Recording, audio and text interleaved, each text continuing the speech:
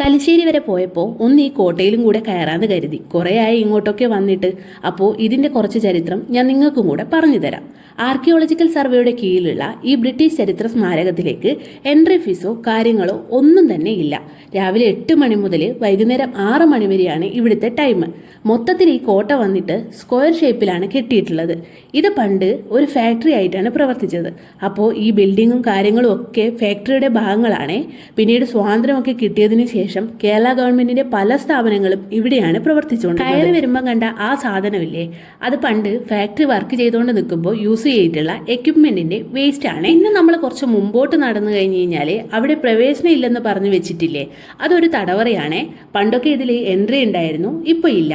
അവിടുന്ന് കുറച്ച് മുന്നോട്ട് വന്നിട്ട് താഴോട്ട് നോക്കുമ്പോൾ നമ്മൾ കാണുന്നത് ഗവൺമെന്റ് ഹോസ്പിറ്റൽ തലശ്ശേരിയാണ്. നല്ല വെയിലായതുകൊണ്ട് തന്നെ പിന്നെ കൂടുതൽ നേരം അവിടെ നിന്നിട്ടില്ല. ഞങ്ങൾ മെല്ലെ പുറത്തിറങ്ങി ഒരു മിനി ചായയും കുടിച്ച് പിന്നെ ഞങ്ങൾ നേരെ ഉച്ചക്കത്തെ ഫുഡ് പാർസൽ വാങ്ങാൻ വേണ്ടിയിട്ടാണ് പോയിട്ടുള്ളത്. ഇത്തവണ ഞങ്ങൾ പുറത്തുനിന്ന് കഴിച്ചില്ല, നേരെ ഫുഡും വാങ്ങിച്ച് വീട്ടിലേക്ക് വന്നിട്ട് എല്ലാവരും കൂടെ ഇരുന്ന് കഴിക്കുകയാണ് ചെയ്തത്. അപ്പോൾ ഇന്നത്തെ വിശേഷങ്ങൾ ഇത്രയേ ഉള്ളൂ. പുതിയൊരു വീഡിയോ ആയിട്ട് വരാം. അപ്പോൾ വീഡിയോ ഇഷ്ടപ്പെട്ടാൽ ലൈക്ക് ചെയ്യുക, ഷെയർ ചെയ്യുക, സബ്സ്ക്രൈബ് ചെയ്യുക. പുതിയ വീഡിയോ ആയിട്ട് വരുന്നവരെ ബായ്.